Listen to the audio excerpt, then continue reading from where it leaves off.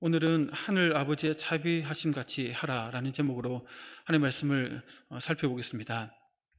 우리는 예수님의 평지수훈을 살펴보고 있습니다. 앞 시간에는 첫 시간으로서 두 종류의 사람에 대한 복과 화, 그 저주에 대한 선언들을 살펴보았습니다. 예수님은 가난한 자, 줄인 자, 우는 자, 예수님으로 인해 미움과 핍박을 당하는 자들에게 복이 있다라고 선언하셨습니다. 이와 반대로 부유한 자, 배부른 자, 웃는 자, 모든 사람에게 칭찬받는 자들에게는 화가 있다라고 선언하셨습니다. 그러니까 예수님을 믿고 따르기 위해 가난하고 줄이고 울고 미움과 핍박을 받는 자들, 즉 대가를 치르는 자들은 복이 있다는 것입니다. 그러나 예수님을 포기하고 버리는 대가로 대신하여 이 땅에서 얻는 부유하게 되고 배부르게 되고 웃게 되고 세상 사람들에게 인정받는 자들은 결국 마지막에 가면 화를 당하게 된다라고 말씀하셨습니다. 우리는 평지의 수훈의 첫 시간에 이런 내용들을 함께 좀 살펴보았습니다. 앞 시간에도 잠깐 언급했지만 평지수훈은 산상수훈과 좀 다른 점이 많습니다. 특별히 여러 가지 주제를 산상수훈에서는 다루죠. 그래서 세 장에 걸쳐서 이렇게 많이 다루고 있습니다. 그와 달리 이 평지수훈에서는 내용도 적고 또 한 주제를 중심적으로 다루고 있습니다. 그 주제가 바로 사랑이라는 주제로 집중적으로 다루고 있습니다. 우리는 그동안 죄인들을 무조건적으로 용서하시고 영접하시는 예수님의 그 사랑을 공생의 기간 동안 계속 살펴보았습니다. 예수님은 아무런 조건 없이 먼저 세리와 죄인들을 용납해 주시고 영접해 주셨습니다. 이에 감동한 죄인들은 진정으로 회개하면서 자신의 죄에서 돌이켰습니다. 이러한 모습과 일치되게 평지의 수훈의 가르침에서도 예수님은 그 사랑의 주제만을 집중적으로 가르치고 있습니다. 그래서 오늘 본문에서도 사랑에 대해서 가르쳐주고 있는데요, 하나님 나라의 백성의 사랑과 또 세상 나라의 사랑의 그 차별성을 언급하십니다. 특히 예수님은 하나님 나라의 백성에게 요구되는 사랑의 기준이 무엇인지를 알려주십니다. 성도 여러분, 하나님의 백성인 우리에게 요구되는 사랑과 그 자비의 기준은 무엇일까요? 바로 하늘 아버지의 자비로우신 것 같이 자비를 베푸는 것입니다. 구체적으로 어떻게 하는 것이 하늘 아버지의 자비로우신 같이 행하는 것일까요? 바로 원수를 사랑하는 것입니다. 그러니까 자신을 미워하는 자를 선대하는 것, 이것이 바로 하늘 아버지의 자비로우신 같이 행하는 그 기준이 됩니다. 그래서 본문 27절부터 30절에서는 이렇게 말씀합니다. 우리가 함께 읽어봤지만 천천히 다시 한번 읽어보겠습니다. 27절부터 30절입니다. 시작.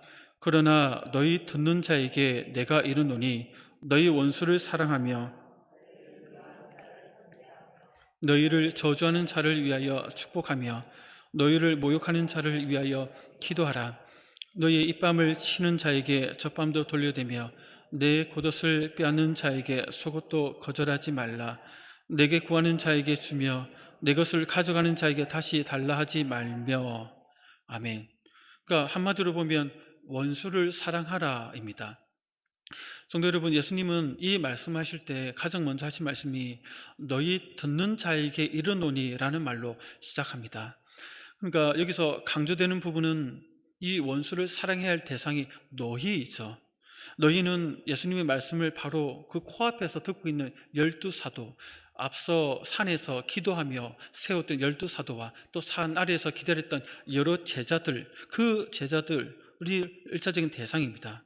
예수님의 말씀을 건성으로 듣는, 예수님으로부터 뭔가를 얻고자 모였던 많은 무리들이 아니라 바로 그 코앞에서 예수님을 주님으로 믿고 따르는 그 자들, 깊은 관심을 가지고 경청하는 자들입니다. 그러니까 원수를 사랑하라는 예수님의 말씀은 말씀에 귀를 기울이고 말씀대로 살기로 다짐한 주의 백성들, 바로 이 자리에 있는 우리들에게 말씀하는 것이죠. 원수 사랑은 그렇기 때문에 명령이 됩니다. 원수 사랑 명령은 복과 저주, 선언 다음에 나오는 것이기 때문에 중요합니다. 구원의 복을 받은 자들이 제일 먼저 보여야 할 삶의 그 모습이 원수 사랑이기 때문에 그렇습니다. 그래서 본문의 시작절인 27절은 첫 단어가 그러나라는 접속사로 시작되죠. 예수님을 믿고 따를 때 핍박받는 앞에 그 상황과 연결되어서 그런 상황 가운데 주의 백성들이 핍박하는 원수들을 향해 가져야 할 태도를 구체적으로 교훈하십니다. 단순히 미움과 반대와 핍박 속에서 참고 견디며 천국 가면 다 끝난다라고 생각하면서 하루하루를 이 악물고 버티는 수준을 얘기하는 것이 아닙니다. 그 상황 속에서 주의 백성으로서 우리는 그 원수들에게 원수 사랑이라는 하늘 아버지의 자비하심을 따라 살아가야 할 것을 명령하고 있습니다. 여기서 우리는 먼저 그렇다면 원수 사랑의 명령을 실천하기 위해서 너희의 원수라고 할 때 이 원수가 누구인지를 확인해 봐야 됩니다.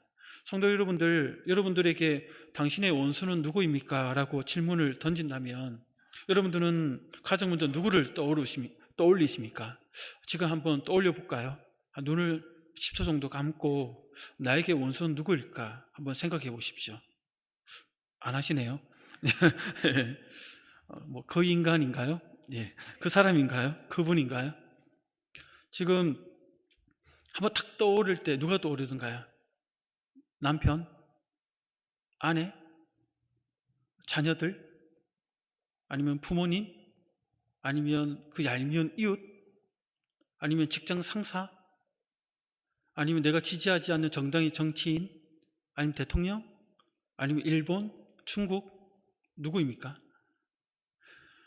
제가 이렇게 말씀드리는 것은 이런 대상이 아니라는 겁니다. 단순히 사이가 좋지 않은 관계에 있는 그 누군가를 말하는 것이 아닙니다. 또 나와 직접적으로 상관은 없지만 내가 싫어하고 나를 화나게 만드는 어떤 정치인이나 권력자나 어떤 국가나 나와 먼 거리에 있는 어떤 막연한 대상을 얘기하는 것이 아닙니다. 여기서 원수는 말 그대로 너희의 원수이기 때문에 나와 직접적인 관계가 있는 개인적인 원수를 가리킵니다. 27절부터 30절을 다시 보시면 너희를 미워하는 자, 너희의 누구죠. 그러니까 이걸 우리식으로 표현해 보면 내 입장에서 얘기하면 나를 미워하는 자입니다. 나를 저주하는 자, 나를 모욕하는 자, 나의 한쪽 뺨을 치는 자, 내 겉옷을 빼앗는 자, 내게 구하는 자입니다. 실질적으로 나에게 피해를 입히고 나를 괴롭히고 나를 힘들게 하는 그 대상을 얘기합니다. 그러나 개인적인 원한이 있어서 나에게 그렇게 한다기보다는 내가 예수님을 믿고 따르기 때문에 그러한 짓을 하는 대상입니다.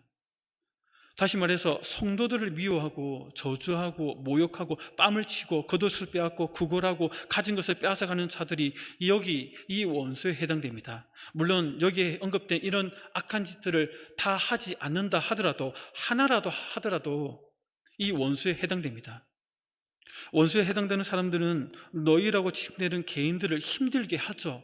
이렇게 피해를 받는 자들은 그들의 개인적인 원수를 사랑해야 한다고 예수님은 우리에게 명령하십니다. 예수님 당시에 유대인들은 내 이웃을 사랑하고 내 원수를 미워하라 라고 가르쳐졌습니다. 물론 예수님이 이렇게 가르치지 않았죠. 근데 예수님이 그 당시의 가르침을 마태복음의 산상수훈에서 언급하시죠. 마태복음 5장 43절에 보면 그렇게 얘기를 합니다. 방금 얘기한 것처럼 이웃은 사랑하되 원수는 미워하라. 그래서 로마인들을 미워했고 이방인들을 멀리했고 사마리아인들과 상종하지 않았던 것입니다. 사랑을 베풀기에 합당하지 않은 자들에 대해서는 사랑하지 않았습니다. 원래 내 이웃을 사랑하라는 가르침은 레위기 19장 18절에 나오지만 내 원수를 미워하라는 표현은 성경에 나오지 않습니다. 이 직접적인 표현은 나오지 않죠. 단지 레위기 24장 20절에 보면 눈은 눈으로 이는 이로 갚으라 이런 말씀이 나오죠. 이것은 더 큰 복수를 하지 말라는 어떤 그런 법적인 더 큰 죄를 짓지 않도록 제한을 두는 것인데 이것을 확대 해석해서 예수님 당시에는 내 원수를 미워하라 라고 되었던 것으로 보입니다. 그러니까 사실 성경의 가르침이라기보다는 당시 유대인들 마음속에 뿌리 깊게 자리 잡고 있던 어떤 세상적인 기준에 따라서 미워하게 되는 것이죠. 예수님은 원수를 사랑하는 것이 어떤 것인지 그렇기 때문에 구체적으로 알려주십니다. 27절 후반절에 나오는데 나를 미워하는 자를 선대하며 이렇게 얘기합니다. 그 원리를 먼저 방식을 먼저 알려주십니다. 선대한다는 말은 말 그대로 선하게 대하는 것이죠. 나를 미워하는 상대를 향한 그 겉으로 이빨림으로 이렇게 착하게 뭔가 대해주는 것이 아니라 내 중심에서부터 선한 마음을 품고 이를 행동으로 자연스럽게 옮기는 것을 얘기합니다. 그게 선대죠. 그러니까 상대방은 나를 마음에서부터 미워해서 나에게 미운 짓을 하는데 나는 그 정반대로 내 안에 마음에서부터 예수님의 사랑으로 그를 품고 사랑으로 그렇게 자연스럽게 행동을 하는 것이죠. 이게 원수 사랑의 이게 표준입니다. 표준. 예수님 제시한 표준. 이 방식이 바로 원수 사랑의 표준이죠. 예수님은 이 방식을 계속해서 강조하십니다. 다양하게 또 다르게 표현하십니다. 그래서 28절 전반절에 보면 너희를 저주하는 자를 위하여 축복하라 이렇게 얘기합니다. 이렇게 반대로 하라는 것이죠. 반대로 축복. 나를 저주하는 자를 위해서 축복하라. 이게 어떻게 가능할까요? 사실 우리가 생각해 보면 이게 가능합니다. 그리스도인들에게는 저주가 통하지 않죠. 왜냐하면 아브라함과 언약을 맺었을 때 하나님이 아브라함에게 말씀하시죠. 너를 저주하는 자에게 내가 저주하겠다, 축복하는 자에게 내가 축복하겠다. 그를 이렇게 얘기하시죠. 그 말은 하나님의 자녀는 저주가 통하지 않습니다. 왜? 하나님이 보호막을 치시기 때문에 그렇습니다. 그래서 실제로 이스라엘 백성의 광야 40년이 끝날 즈음에 그 모압 편지에서 모압 왕이 그 불안하니까 선지자 발람을 불러가지고 그 산 정상에서 이스라엘 백성을 내다보면서 저주하도록 청탁하죠. 돈을 주고. 근데 입을 열어 저주를 하려니까 저주가 아니라 축복이 나오죠. 그러니까 발람 선지자가 뭐라 합니까? 하나님이 허락하지 않는다. 그래서 축복하게 된다. 하나님이 그렇게 하는데 내가 어떻게 하겠냐 하면서 하나님이 막으셨습니다. 뭘 얘기하죠? 우리에게는 저주가 통하지 않습니다. 나를 미워하는 사람이 아무리 저주를 퍼부어도 그 사람 입만 아프지 마음만 마귀처럼 그 사람이 변해가지 우리는 전혀 아무렇지 않습니다. 우리에게 전혀 영향 끼칠 수 없습니다. 단지 그 말 때문에 우리의 마음이 좀 위축될 정도이지 사실은 아무것도 없습니다. 실제로 일어나는 게 아무것도 없습니다. 그런데 우리가 그 사람에게 축복해 보십시오. 얼마나 멋있습니까? 얼마나 아름답습니까? 얼마나 놀랐습니까? 하나님께서 얼마나 기뻐하실까요? 이러한 방식으로 정반대로 하는 것이 원수 사랑이다 하면서 또 계속해서 알려주십니다. 28절 후반절에 보면 너희를 모욕하는 자를 위하여 기도하라 합니다. 모욕에 반대되는 행위가 기도라고 얘기를 하는 것이죠. 모욕은 핍박하는 자들의 태도에서 나오는 그런 악한 말들, 조롱하는 말들, 욕함입니다. 종교지도자들이 예수님을 모욕하는 모습을 떠올려보면 알 수 있습니다. 집요하게 달려들죠. 집요하게 계속해서 따라다니면서 시비를 겁니다. 어떻게 하든 넘어뜨리려고 시험을 걸어오죠. 그게 모욕입니다. 모욕을 당하면 우리는 견디기 힘들어합니다. 그러나 주님은 모욕을 당하는 자에게 맞받아치지 말고 오히려 기도해 주라고 말씀하십니다. 기도해 주면 우리의 마음이 어떻게 될까요? 만약에 모욕받아서 나도 똑같이 그렇게 쌍스러운 말로 모욕을 하면 내 마음이 어떨까요? 비교해보면 모욕할 때와 내가 오히려 기도해 줄 때 내 마음의 상태가 어떨까요? 당연히 기도해 주면 모욕받았던 그 찝찝한 마음이 씻겨져 나갑니다. 오히려 내 마음이 하나님 은혜에 더 풍성해지면서 그 영혼을 위해서 기도해 주는 이 마음이 얼마나 하나님께서 기뻐하실까요? 29절에 보면 또 그렇게 계속 얘기합니다. 다양하게 나의 이뺨을 치는 자에게 젖밤도 돌려대라 하십니다. 마태복음 5장 39절에서는 오른뺨을 치는 자에게 왼뺨도 돌려대라.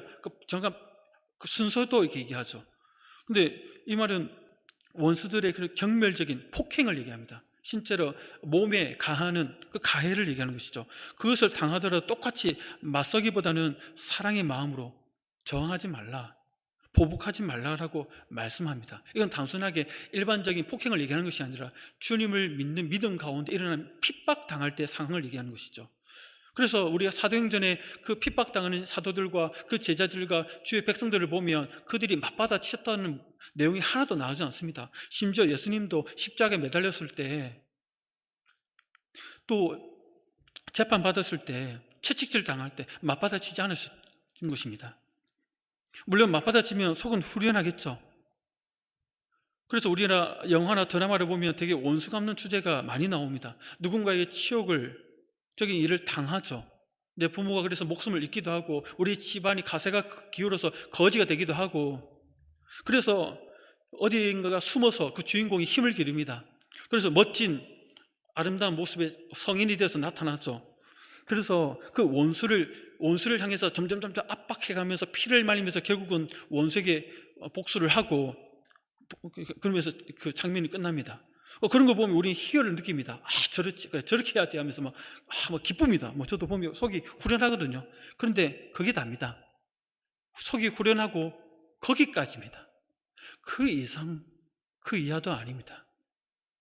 근데 이와 반대로 맞받아치지 않고 그렇게 할 수 있는 힘과 재력과 권세가 있음에도 불구하고 주의 이름으로 당할 때 그냥 주면 어떻게 될까요? 물론 몸은 아프겠죠. 주변 사람들은, 내가 다른 것을 주변 사람들이 힘들어하겠죠. 가족들도 힘들어하겠죠. 그런데 우리는 말할 수 없는 하늘의 기쁨과 평안을 누리게 된다는 것입니다. 사도들이 특히 사도행전을 보면 그 공회에 끌려가서 재판받을 때 고문당하죠. 그 일로 인해서 자기들이 주의 제자됨을 입증받았다고 해서 오히려 더 기뻐하는 모습을 보게 되는 것입니다. 또 내 겉옷을 빼앗는 자에게 속옷도 거절하지 말라 하십니다.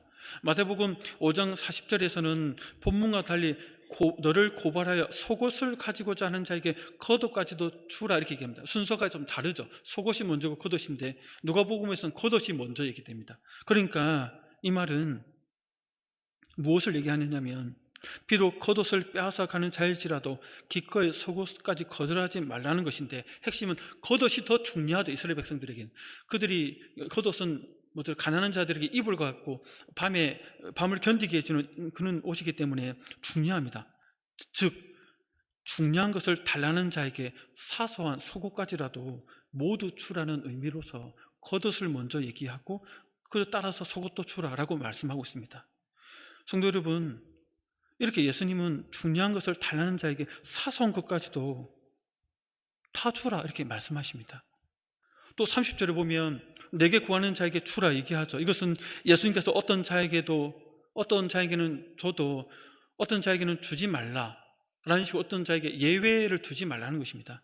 예수님은 구하는 대상이 누구인지 간에 가리지 말고 모두에게 구하는 것을 다 주라라고 말씀하십니다.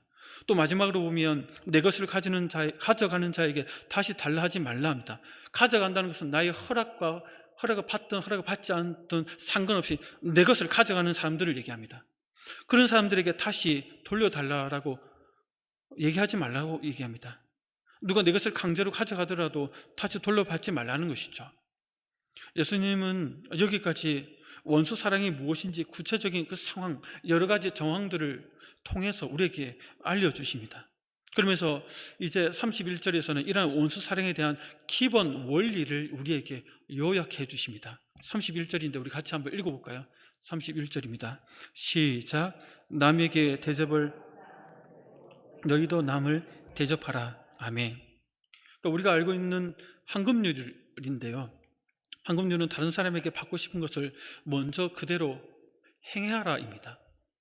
우리들은 나에게 불친절하게 말하는 사람들을 볼 때 그들이 나에게 친절하게 대해주기를 바라죠.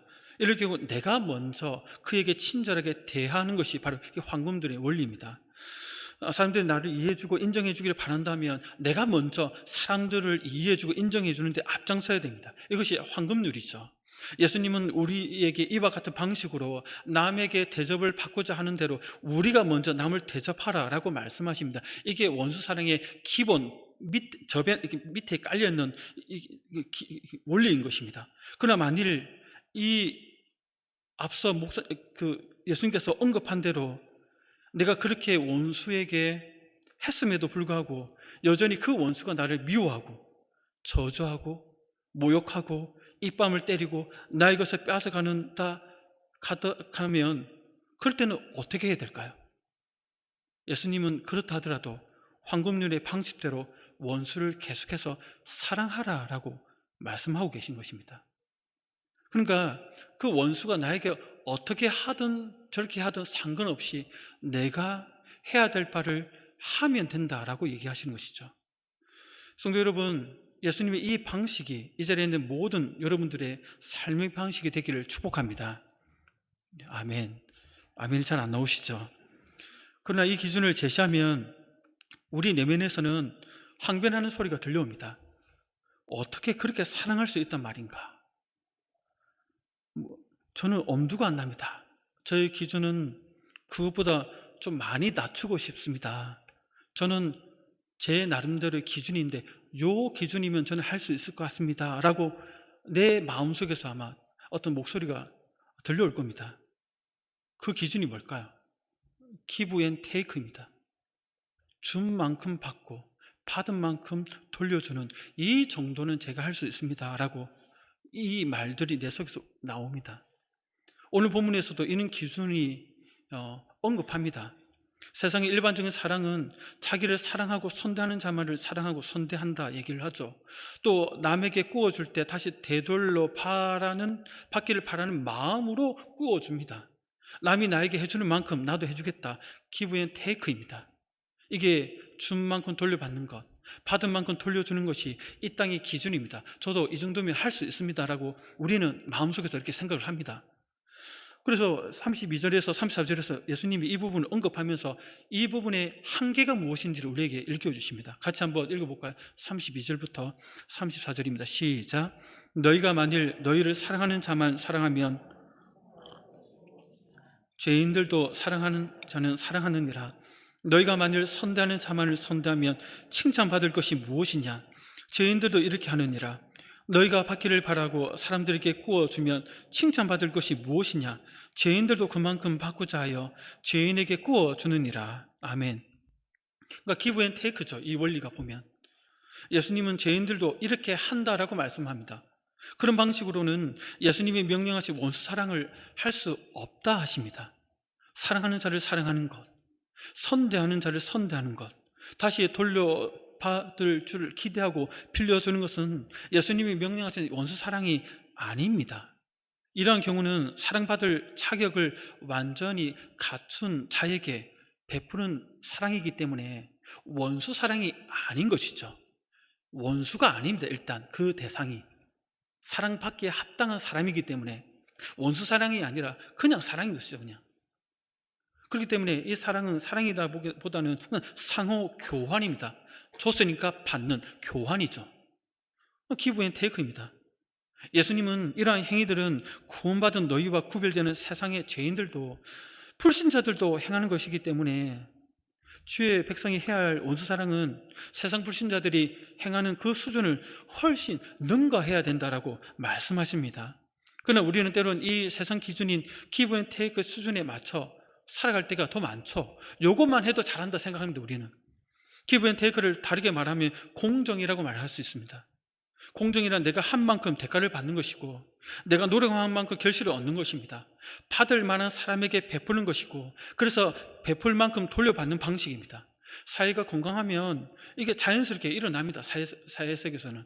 그런데 이 땅에는 마귀의 역사가 있고 죄악이 있기 때문에 사실 이 땅에 이러한 이 공정이라는 기준대로 제도를 흘러가지 않는 경우가 더 많죠. 준 만큼 받고 받은 만큼 돌려주고 내가 노력한 만큼 얻는 것이 잘 되지 않는 게 이 땅의 현실입니다. 그래서 이런 기준을 가지고 살아가면 실은 더 많은 상처를 받게 됩니다. 수준을 낮춰서 살아가니까 이 세상에 적당하게 살아갈 수 있다 생각하는데 오히려 수준 낮춘 게 이 세상에서 더 많은 상처를 받게 됩니다. 더 많은 실망을 얻게 되죠. 더 많은 좌절을 경험하게 됩니다. 원수 사랑에는 수준보다 낮춰서 더 좋아지는 것이 아니라 더 힘들어집니다. 오히려 생각해보면 알 수 있습니다. 내가 이렇게 했는데 세상은 왜 그에 합당한 결과를 돌려주지 않는가? 불의한 세상, 불공정한 세상이라고 화를 냅니다. 내가 저 사람한테 이렇게까지 해줬으면 당연히 나에게 이 정도는 해줘야 하는데 왜 안 해주느냐? 그래서 관계가 힘들어집니다. 서로 사랑하는 부부도 처음은 좋지만 1년, 10년 이렇게 지나다 보면 give and take 방식으로 사랑하려고 하면 오히려 관계가 더 나빠집니다. 자녀들도 마찬가지죠. 내가 부모로서 이 정도까지 했으면 너는 자녀로서 이 정도의 보답을 해야 하는 거 아니냐라고 어떤 것을 요구하죠. 내가. 그러니까 불만을 품게 됩니다. 그게 서로 교환이 안 되니까. 교환에서도 마찬가지입니다. 내가 이렇게 헌신하고 봉사하면 이 정도의 대우를 해줘야 되는 거 아닌가라고 교회에 대해서 옆에 있는 지체들을 향해서 불편한 마음을 가지게 됩니다. 그러니까 give and take, 준 만큼 돌려받고 돌려받은 만큼 주는 이 세상의 공정이라는 기준을 가지고 살아가면 좋아지는 것이 아니라 오히려 더 안 좋아진다니까요. 관계가 더 안 좋아집니다. 왜냐하면 사람마다 그 give and take의 그 수준과 기준이 다 다르거든요. 그래서 충돌이 일어납니다. 그래서 힘들어하고 스트레스를 받습니다. 특히 교회는 어릴 때부터 다녔지만 아직 신앙이 없거나 약한 분들은 세상 속에서 내가 교회를 다닌다는 이유로, 내가 하나님의 자녀라는 이유로 피해를 받을 때 그 피해받는 그 상황 자체를 견딜 수 없어 합니다. 내가 잘못을 해서 욕을 먹고 손각질을 당하면 괜찮은데 내 잘못과 상관없이 교회 다닌다는 이유로 욕을 먹을 때 그게 큰 상처가 됩니다. 우리 아들 중에 한 놈이 초등학교 다닐 때 교회 다닌다고 놀림을 당했다 하면서 얼마 전에 울면서 얘기하더라고요. 물론 그것 때문에 운 건 아닌데 다른 거 얘기하다가 그 얘기 꺼내더라고요. 날 공격하려고 이제 나쁜 놈. 저는 이제 그 얘기를 듣고는 마음이 힘들고 그러지는 않았습니다. 당연하지. 예수님도 십자가에 매달렸을 때 자기들 위해서 십자가에 매달리는데 밑에서 그 죄인들이 조롱했지 않습니까? 네가 하나님의 아들이면 내려와서 증명해봐라고. 근데 예수님 뭐라 합니까? 주여 저들을 불쌍히 여겨달라고. 저들이 하는 짓들을 저들이 알지 못하고 저럽니다. 세상은 그렇습니다. 그런데 예수님도 조롱을 당하는데 교회 다닌다고 놀림 받는 거 어쩌면 당연한 일이고 기뻐해야 되죠. 내가 하나님 자녀가 맞구나 입증되는 거니까. 그러나 아직 구원의 확신이 없거나 신앙이 약한 사람에게는 자기가 왜 놀림을 당해야 되는지, 조롱을 받고 피해를 받고 왜 그리고 욕을 먹어야 되는지 납득이 안 됩니다. 받아들일 수가 없습니다. 기브 앤 테이크의 원리를 가지고 살면 이 체계를, 이 상황을 받아들일 수 없죠. 그래서 교회 다니는 게 뭐가 잘못됐다고 그러냐, 차라리 교회 안 다니고 말지, 이런 식으로 나갑니다. 성도 여러분, 제가 여러분들에게 말씀드리고 싶은 것은 우리의 기준을 이 땅의 수준으로 낮춰버리면 이와 같이 좋지 않은 결과가 우리의 삶에 반드시 따라오게 된다는 것입니다. 내가 한 만큼 돌려받는 이 땅의 수준을 자기 기준으로 삼으면 교회 다니는다는 이유로, 예수를 믿는다는 이유로 나의 모든 수고가, 나의 모든 노력이 인정받지 못하고 오히려 조롱거리가 될 때 견뎌낼 수가 없습니다. 그저 무너져 내리죠. 물론 평소에는 아무 문제가 없습니다.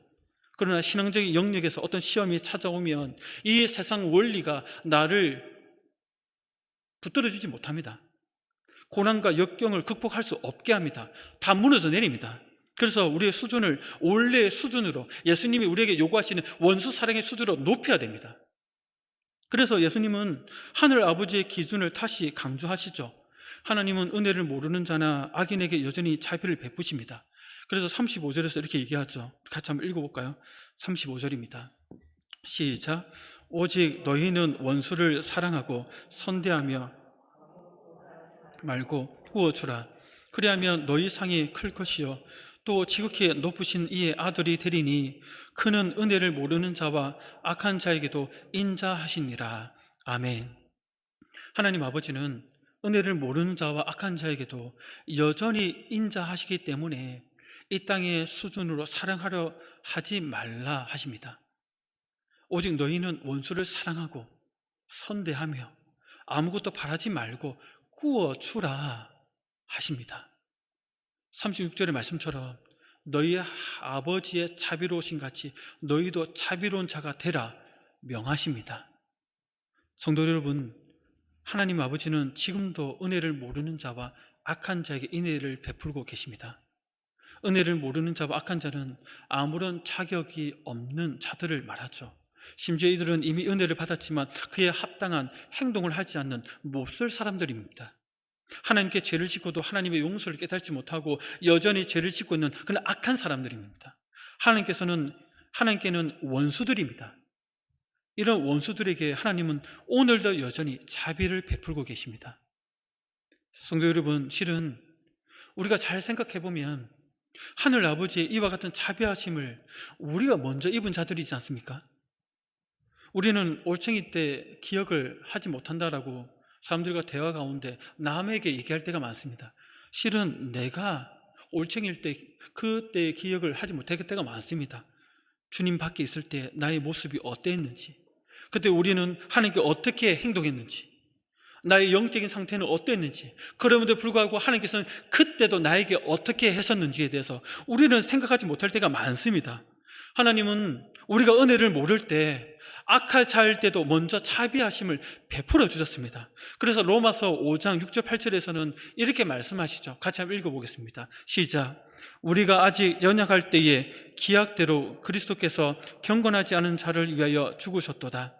의인을 위하여 죽은 자가 쉽지 않고 선인을 위하여 용감히 죽은 자가 혹 있거니와 우리가 아직 죄인 되었을 때에 그리스도께서 우리를 위하여 죽으심으로 하나님께서 우리에 대한 자기의 사랑을 확증하셨느니라. 아멘.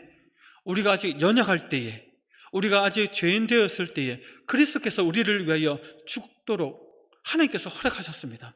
이를 통해서 우리에 대한 하나님의 사랑을 확실하게 보여주셨습니다. 오늘 본문의 표현대로 하면 우리가 은혜를 모르는 자로 있었을 때, 우리가 하나님 앞에서 여전히 죄를 짓고 악인으로 있을 때에 하나님이 먼저 그의 아들을 보내주셨고 그를 통하여 우리에게 자비를 베풀어 주셨습니다. 예수 그리스도를 통해 우리를 받아주셨고 용서해 주셨습니다.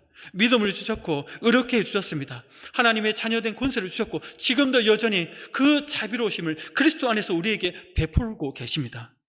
만일 우리가 하나님의 이 기준을 따르지 않고 그것을 이 세상 기준으로 낮춰서 이 땅의 수준으로 살아가겠다 한다면 내가 받은 하나님으로부터 받은 이 자비로우심, 그 가운데 얻은 이 구원을 먼저 하나님 앞에 반납해야 됩니다. 내가 받은 구원을 반납한 후에 이 땅의 기준대로 살아가겠습니다라고 하나님 앞에 고백해야 조금은 떳떳하지 않겠습니까? 그러나 그건 불가능한 일이죠. 우리 요단 건넜기 때문에 다시 건너갈 수 없습니다. 우리는. 그래서 성도 여러분, 우리의 원수 사랑의 기준을 이 땅의 수준으로 낮추지 마시기 바랍니다. 하나님의 자비하심 같이 자비를 베푸는 주의 백성들이 되시기를 주의 이름으로 축복합니다. 그렇게 해야 하나님과 세상 사람들이 당신은 하나님의 자녀가 맞군요라고 깨닫게 됩니다. 그래서 35절 중반절에 보면 이 말씀을 예수님이 강조하시는 것이죠. 그리하면 너희 상이 클 것이요 또 지극히 높으신 이의 아들이 되리니 이렇게 얘기합니다. 자녀가 된다 얘기하는 것이죠. 지극히 높으신 이의 자녀, 아들이 된다는 말은 행위로 구원받는다는 말을 얘기하는 것이 아닙니다. 하나님의 은혜로 이미 하나님의 자녀가 되었습니다. 신분은 이미 자녀입니다. 그러나 원수 사랑의 실천을 통해서 하나님과 사람들 앞에서 하나님의 자녀로 인정받게 된다는 것이죠. 성도 여러분, 하나님의 자녀이십니까? 원수 사랑을 통해 내가 하나님의 자녀임을 드러내십시오. 하나님과 사람들로부터 과연 당신이 믿는 하나님처럼 사랑이 많으시네요. 세상 사람과 다르네요. 당신을 보니까 하나님의 사랑이 무엇인지 알 것 같습니다. 당신은 진짜 하나님의 자녀입니다 라는 그 고백을 듣는 복된 성도님 되시기를 주의 이름으로 축복합니다. 동시에 성도 여러분, 여기서 중요한 것은 내가 하늘 아버지의 자비하심 같이 원수를 사랑한다 하더라도 그 원수가 변화하지 않을 수도 있다는 것입니다. 내가 이렇게까지 하는데 왜 그 원수는 변하지 않을까? 왜 상황은 더 나아지지 않을까? 이런 생각이 들 수 있습니다. 그것을 기대하지 마십시오. 만약에 그것을 기대한다면 그 기대가 곧 기브 앤 테이크가 되는 것입니다. 하나님의 원수 사랑의 수준에 또 다른 세상적인 원리를 가지고 와서 끼어 넣게 되는 것입니다. 내가 이렇게 했으면 이렇게 돼야 되지. 내가 이렇게까지 하는데 왜 여전히 원수짓을 하느냐?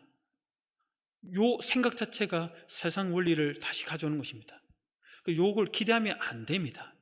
원수는 원수일 뿐입니다. 내가 해야 될 것은 하나님의 자비로우신 같이 그 대상에게 사랑을 베푸는 것입니다. 여기에 강조점을 둬야 합니다. 그렇기 때문에 이것을 행할 때 우리는 어떤 마음을 품어야 되냐면 하나님이 아시면 된다입니다. 하나님이 아시니까 저는 그걸로 만족합니다 라는 이 마음을 가져야 됩니다.